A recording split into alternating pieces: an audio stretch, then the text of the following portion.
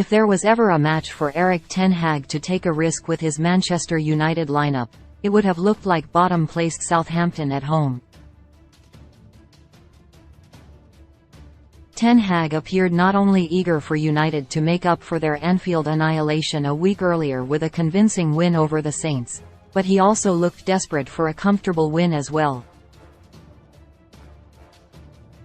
They embraced the chance to play the relegation-threatened side by dropping the workman-like Fred in midfield and dropping Bruno Fernandes deeper so that they could have another attacker on the pitch.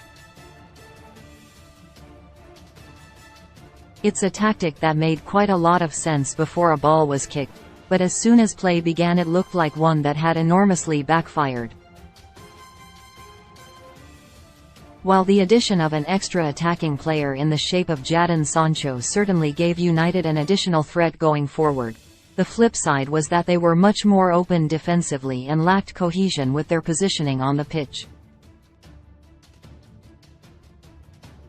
For all of their struggles this season, Southampton's biggest strength has always been their midfield, and with the highly rated Romeo Lavia alongside James Ward-Prowse, they always had a strong basis from which to build.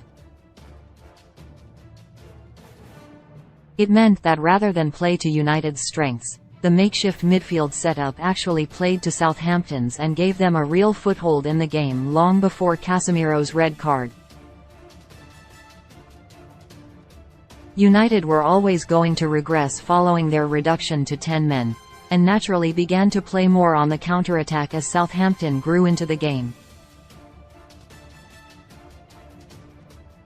The substitution of Scott McTominay for Wout Weghorst certainly gave United the physicality they had been missing in midfield prior to that, though the trade-off was a lack of creativity from deep that they previously had from Casemiro.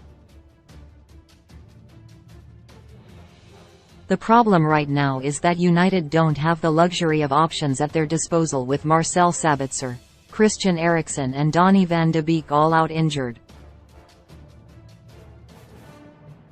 With the benefit of hindsight, it is of course much easier to pick fault with the lineup, but what is clear is that they can't afford to take such a risk again.